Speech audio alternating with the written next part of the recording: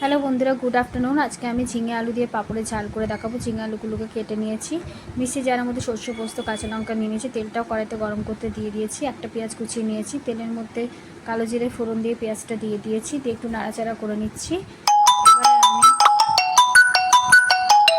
এবারে আমি তেলের মধ্যে এই আলু ঝিঙে কাটাটা দিয়ে দেবো। আমি সরু সরু করে কেটেছি।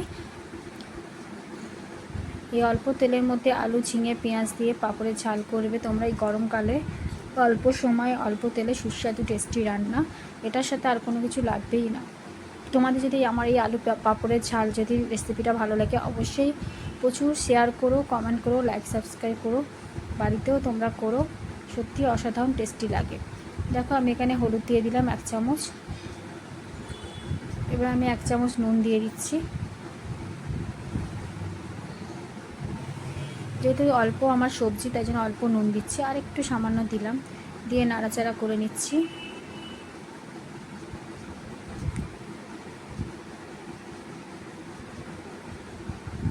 দেখো একটু ভাজা ভাজা আমার হয়েই গেছে।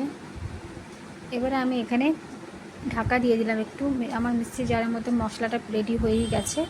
দেখো ঢাকাটা খুলে ঝিঙে থেকে একটু জল বেরিয়েছে। এবার এই মশলাটা দিয়ে দিচ্ছি, যে মশলাটা পেস্ট করেছিলাম, সর্ষে পোস্ত কাঁচা লঙ্কা বাটা, একটু নুন দিয়েছিলাম পেস্ট করার সময়, আর একটু মিক্সি জারটা ধুয়ে দিয়ে দিলাম জল। আমি কিন্তু এখানে আর জল দেবো না, এই জলের মধ্যেই একটু মাখামাখাই হবে।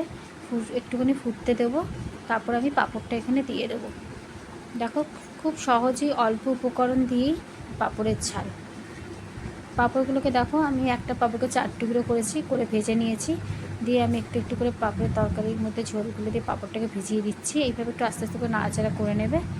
দেখো আমি এখানে, দেখো আমার পাঁপড়গুলো পুরো মিশে গেছে। আমি এখানে 1 চামচ ঘি দিয়ে দিয়েছি, তোমরা চাইলে দিতেও পারো, নাও দিতে পারো। দেখো আমার পাঁপড়ের ঝাল রেডি, আলু ঝিঙে দিয়ে পাঁপড়ের ঝাল।